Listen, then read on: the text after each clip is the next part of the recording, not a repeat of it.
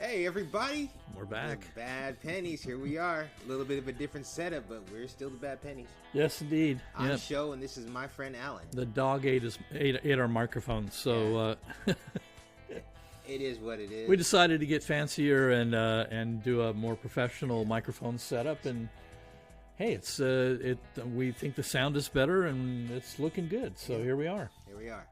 So we're gonna talk. We're gonna continue, but kind of like a sequel of our discipline topic that we were looking for, right? Mm-hmm. So wait, but what are we calling this? We're going to call this the pitfalls of practicing a discipline. The pitfalls of practicing a discipline. Yeah. Okay. And if you all remember from previous podcasts, we have made a very heavy emphasis on the value and the importance of practicing a discipline for a man. Not really for anyone, honestly, but we're talking to a male audience, so we'll just direct it toward men at the moment. Okay.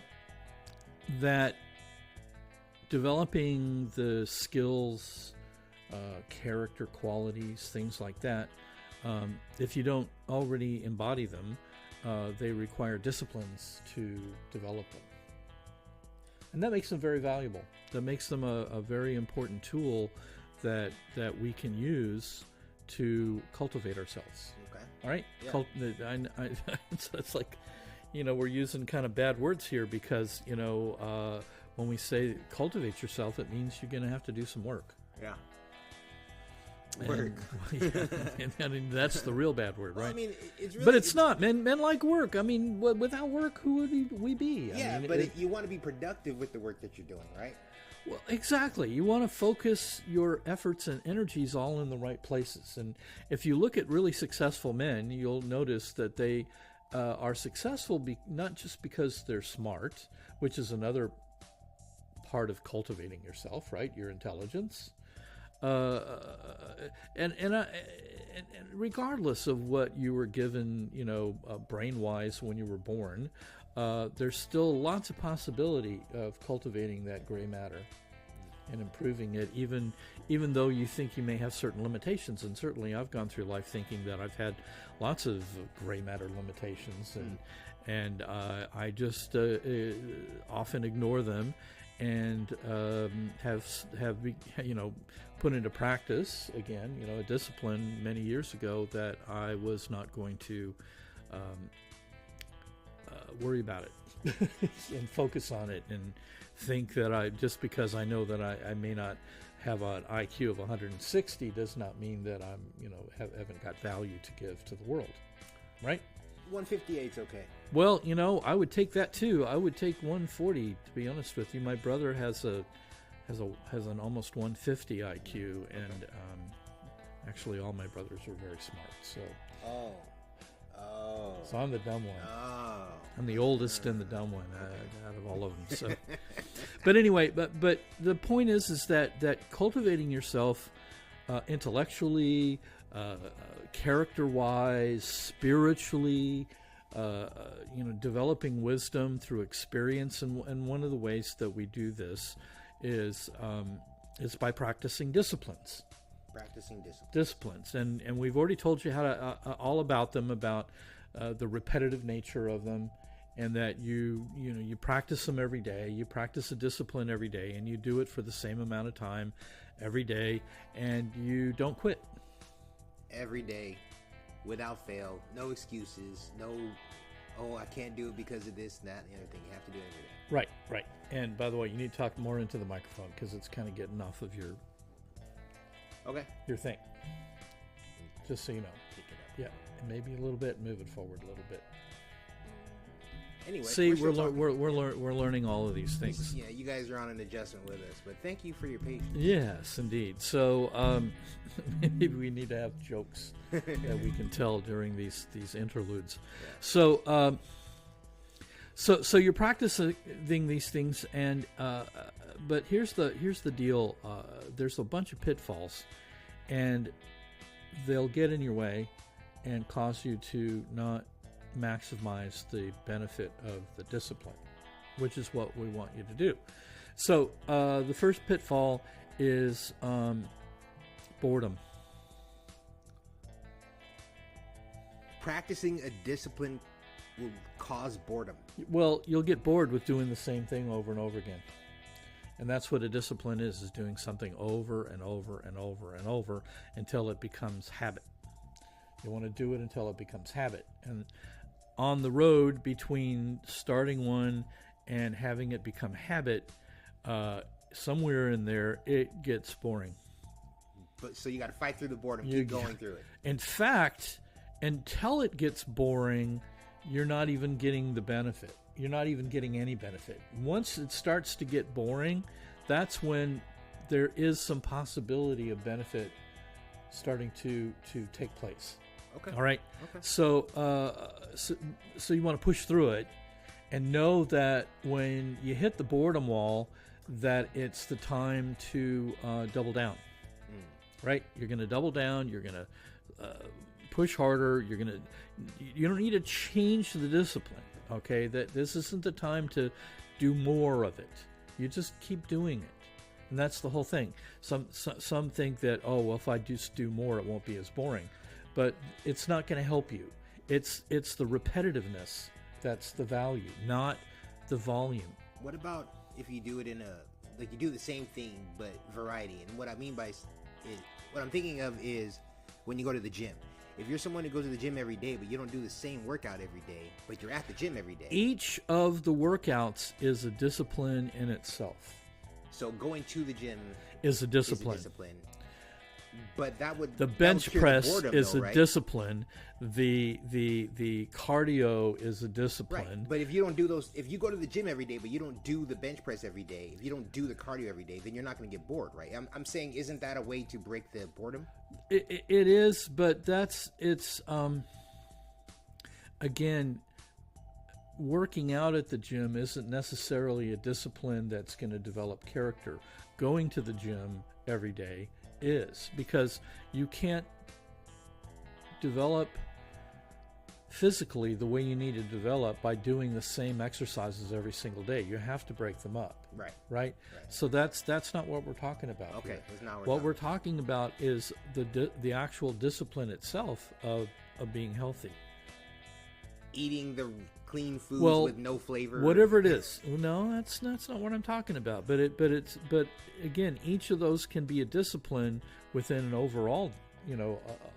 It builds up. So start simple. Let's just keep it on a really simple level. Okay. All right. Going to the gym every day and working out at whatever things you work out that particular day, right? Because you work out so you do certain things 3 times a week, and other things you do maybe every time you go to the gym, and other things you will do the opposite days, and so on and so forth.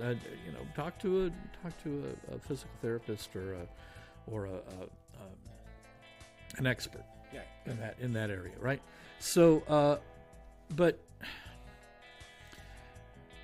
the going to the gym every day, rain or shine, develops a certain thing within you. And at some point, and it may take months, it could take a year. The experts, the psychologists, okay, so here's the thing. I've gone to the psychology books, read them, studied them, and they all say that for something to become a habit, you have to practice it for 4 to 6 weeks. I find that's inadequate for most, for myself and most of the men and women that I've worked with over the years, that it's not enough. Sometimes it takes 3 months. Yeah. 90 days. I've heard that where they said 21 days to make it a habit. Yeah, that's crazy. I've done things 20 days, 30 days, and then quit. 60 days, and it still wasn't habit. I've actually, certain disciplines took me a couple of years of practicing it before it really became habit. Okay. All right? Okay. So it just depends on what it is, who you are. I mean, and don't, because see, if you have the expectation that this thing is just going to turn into automatic overnight, that's unrealistic. Okay. Don't do that. Okay. Don't place unrealistic expectations on yourself. Right? Just do it. Just do it. Do it every day, and do it past the boredom. Okay, so that's the first pitfall, is the boredom. Boredom. Because you're doing repetitive work, and it's also actually a good discipline to push past the boredom. So, but that's just that's disciplines 201. That's the master's degree discipline thing. So the next thing is often when you start doing something repetitively, it causes movement in the universe. You know that, right? That taking actions causes movement. Okay. We don't know why. I'm trying to see where you're going with this, but we don't know why. For every action, there's an equal and opposite reaction. That's true. Whether whatever it is, but understand that when you take something on and you actually do it diligently, it moves things. Things will start to move around. Okay. All right. So what's the pitfall? Well, here's the thing. Happy accidents will happen. Something will happen that looks like it's a direct response to what you're doing. Mm-hmm. And I call it a happy accident. I actually have a more vulgar version of that, but for the podcast, we'll just call it a happy accident, right? Okay. So out of the blue, that's what a happy accident is. Something happens, and it seems like it's directly related to this discipline you're practicing, but it's out of the blue, unexpected. It seems like a result of the discipline? Yep, it seems like a result. Okay, but it's not? Well, it could be, but it doesn't matter. It doesn't matter because it's if you think it's a result, it's a pitfall. Oh, okay, I get it. So then you think you've accomplished something, and then you stop giving it the effort that you wanted to give it. Exactly. Got it. Okay. All right. Okay. Because so what are we going to call it? The deception of results? Well, we call it. We just say, look, accept and embrace the happy accidents, and keep going. Keep going. Because they're just a happy accident. Okay. And if you get, and we like happy accidents. Yeah. We like them. So bring them on. It's just that you can't think that you've done something to cause them, regardless of whether you have or haven't. Okay. Right? You can't take that attitude because it will allow you slack. Okay. And you don't want to take on. You don't want slack. You have to treat discipline as a journey. Yes. And not a destination. And even if you come to a certain checkpoint or mile marker, you still continue on the journey. Yeah, and the destination really ultimately is not that you stop doing it, that it just becomes incorporated into who you are. Okay. That's the destination. You don't ever stop doing the discipline. Yeah. Once you take it on, it's forever. Okay, I can see that. It becomes part of you as it becomes a habit, because you don't think about it. And so look, this is a good point to just stop for a second and just say, for everyone to take a look at the things that you are already disciplined about, that you do automatically in your life, whether it's how you maintain your car environment, how you are in your car environment, how you maintain your personal hygiene, your health, how you are, how you bring yourself disciplined to your work and to your success or not.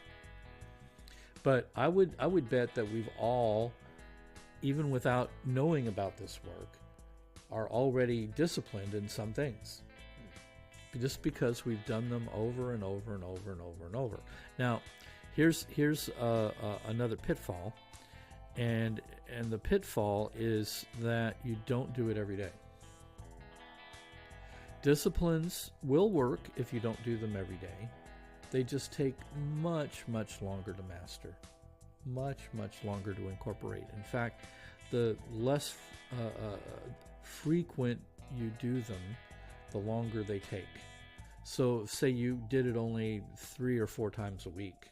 It could take 5 years, 10 years. Yeah. If you did it every day, it may only take 3 months or 6 months. So I think men prefer to do things quicker rather than longer.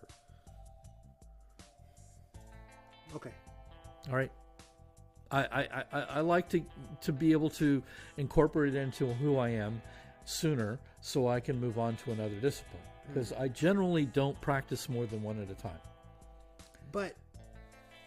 And that's another pitfall. If there's something that you're supposed to do every day, then you do it every day, you don't stop. And then you're saying that once you get to a certain place, then you can stop. Well, you don't stop. You just keep going because it's become a habit. You're adding another discipline after you've... Then you start another one. Yeah, once it's become a habit, you don't have to think about it anymore. Yeah. You can add another discipline. So there's a point in time where everything that you do is routine? Yes. On a schedule, or yeah, it's just automatic. It's just automatic. In fact, if you didn't do it, something feels wrong. Okay. Haven't you ever look at some things that you do in your life that you always do, whatever that is, you always do. It's just no matter what, you always do it, and then one day you didn't do it, and that night you're sitting there, before you go to bed, and you're going like, something is wrong in the world. Something is just not right. What is not right? And that's what habits are like. When you skip it, it feels wrong. Okay. All right. It's not even a consideration to not do it. You just do it. And if something happens where you don't, things get a little weird. They feel off. You feel off, right? All right. So again, it's a pitfall to not do it every day. Some things maybe you can't. I have seen some disciplines in some situations where they actually couldn't be practiced every single day. If you take on one like that, then just know that the boredom is going to last longer, and the happy accidents may be much further apart, if any. So, and remember, the final results are that it becomes habit. It's not the result is not that you don't need to do it anymore. The result is that it's incorporated into who you are. That's when you practice disciplines that cultivate your character, which is what all disciplines really do. But if you're focusing on a particular area, like a standard in your life that isn't high enough, and you practice that standard every single day, you've raised your standards, and you've improved the quality of your character. And that's why disciplines are so incredibly valuable. Okay. All right. Yeah. So best to do it every day. Keep it simple. Don't practice more than one at a time until it becomes habit. Mastering it means it becomes habit. It's habit. You do it automatically without thought. It just happens. Yeah, all right. Okay. So let's see. What was the next one that I mentioned? What happens in the process is that your ego can get engaged. In other words, you've done it for a while. Maybe you've pushed past the boredom, and you've had some happy accidents show up, and you're feeling pretty good about yourself. By the way, that's your ego. Feeling pretty good about yourself, you're more than likely your ego's engaged. Okay. So what happens at that point is that your ego will start to tell you that you got this. You don't have to think about it or worry about it anymore. And I got it from here, so so we're cool. Okay. We got it. We got this. And then that's usually when you don't need to do this anymore because you got this. That's usually when the discipline breaks down. That totally breaks down. That's another one where you just you fall on your knees and then on your face. And I'd say personally, I think I'm in that experience right now. Yeah. Yeah. I mean, I've been on a weight loss journey. I'm down like 25 pounds, and I can admire myself in the mirror right now, and I think I look pretty good. And then it's like, oh, maybe I don't need to. I don't need to do this. Yeah, I can. Yeah, that Boston cream pie looks really good. Yeah. You know, I deserve it after all the work I've just done, right? Okay, I can see that. So when you get to that point, you keep going. And by the way, disciplines are not about denying yourself stuff either. It's a practice. Okay. It's a practice. It's a discipline is a practice or a training. Think of it as a training. And if you give up on the training or the practice, then things halt. But but if you do that, the good news is you can just pick up where you left off. Get back in the game. Yeah. Get back in the game. And we've talked about this in other podcasts about the value of being able to get back into the game for a man. Because life will knock us down. Life does not care whether life doesn't hug you, right? It doesn't tell you it loves you. It doesn't pat you on the head for doing a good job. It doesn't do any of that. Your mom does that, right? That's what your mom does. And hopefully your wife does it once in a while, but she does it in a different way than your mom does, right? But the bottom line is that we can't expect life to be nice and to take care of us. Okay. In fact, life really doesn't give a second thought to us. There is no thought. Remember, we talked about the zero-sum game, right? There is it's a zero-sum game, and all that you get is what you put into it, and in that process, you will have failures. To get to success is a road paved with failure, and what's important about those failures is how you get back up. The lesson that you learn and how you get back on your feet. Get back in the game. So disciplines are no different. So once again, we're still talking about ego getting in the way, right? We're talking about ego gets bruised when you get knocked down. Actually, we can bring that in, although we had left that was a previous section, but we can bring that back in because when you get knocked down, your ego gets bruised. Okay, so it gets hurt. It hurts. It hurts to get knocked down. Whether you were the perpetrator yourself or it was someone else, some unforeseen thing, something you didn't calculate, whatever it is, doesn't matter. When we get knocked down, our egos take a hit. Our egos take a hit. And again, getting back into the game means that you must get beyond your ego. And the ego's hurtedness. Is that the right word? I don't know. That's a new word, maybe. The ego gets hurt and it wants to react. Not letting it react, not reacting to your hurt ego is an important component to getting back into the game. And then you use your ego to get back into the competition, right? Remember that your ego motivates you to compete. Okay. Right? But if it gets hurt and you react to it, then you don't get back in the game. So now I'm you get resentful. Yeah. You get angry. You get you feel entitled, like, I did all this work and then it was all for nothing, and so you react, and I can guarantee you that this will show up in all aspects of your life, including practicing disciplines. So you don't want to let your ego keep, being bruised, keep you down. You just got to get over it. You got to let it go.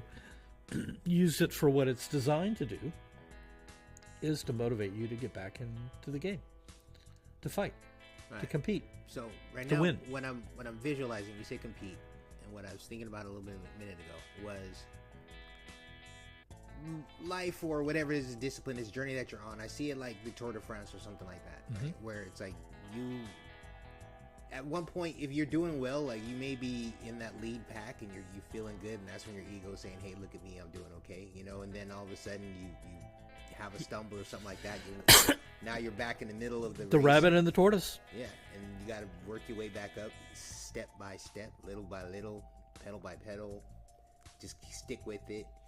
But if you did that in the first place, your chances of winning the race are much greater. Having to come back from giving up at some point, right? But I'm looking at Tour de France in my visualization here, because you can win stage by stage. Yes. Right? And I think you should be focused on each stage. Win the stage. Well, of course. Because, I mean, no one really knows how long life is. Right. Each life is different. So for you to say, okay, I'm going to win the race, and you're thinking about the finish line, that's not going to... I mean, that may or may not ever happen. Well, your ego wants to win the race, and your ego wants to win the race, but you also know intellectually, yes, to win the race, you have to win. Just like in football, you know, you can't get clobbered in 3 quarters and expect to come back in the 4th quarter, because it's very, very difficult to do. Right, if not impossible. You're just not going to have 90-yard runs every time. You need to worry about the 10 yards. Sure, there's occasionally a miracle happens, but you can't count on it. And all we're concerned with here is doing the things that you can bank on, that you can count on. And one of the things you can count on is practicing disciplines to develop skills, develop character, develop standards of who you are as a man. Mm-hmm. That will aid you in being successful, aid you in winning, aid you in being a good father, a good husband. Okay. Cool. Bottom line, practice disciplines. Don't let the pitfalls take you out. Yeah. But if they do, get back in the game. Brush yourself off, get the lesson. Yeah. Don't tell yourself terrible things about yourself that I know men that have just gone to that whole place of, I'm a loser, I'll never win, I'll never do this right. Yeah. Nah, that's silly. Don't give up. All right? No, don't give up. Just brush yourself off. Yeah. Everyone gets knocked down. Everyone. Disciplines are a good thing. Every man should have disciplines. Every man needs disciplines in order for him to be pretty much anything successful. Correct. Happiness comes with discipline. Success comes with discipline. Fortune could come with discipline. There's a lot of things that come into play with that. That is true. But and there's no bad things that come from disciplines, right? You could have a discipline of a bad discipline that could cause bad things to happen. Well, but if you're actually like trying to improve in your life and you pick up a discipline that's going to make your life right, better, I suppose yes, I'm sure that you could take on a discipline that's not life affirming, but why would you do that? Yeah. Right. Yeah. All right. So we're talking about doing things that cultivate your character, make you a better man, stronger, higher standards. Intentionally developing good, productive habits. Correct. That's it. And again, don't quit. Just keep doing it until it becomes habit. Okay. Hey, everybody. Thanks for joining us for another episode of Bad Pennies. We'll see you next time. Yeah, we'll be back.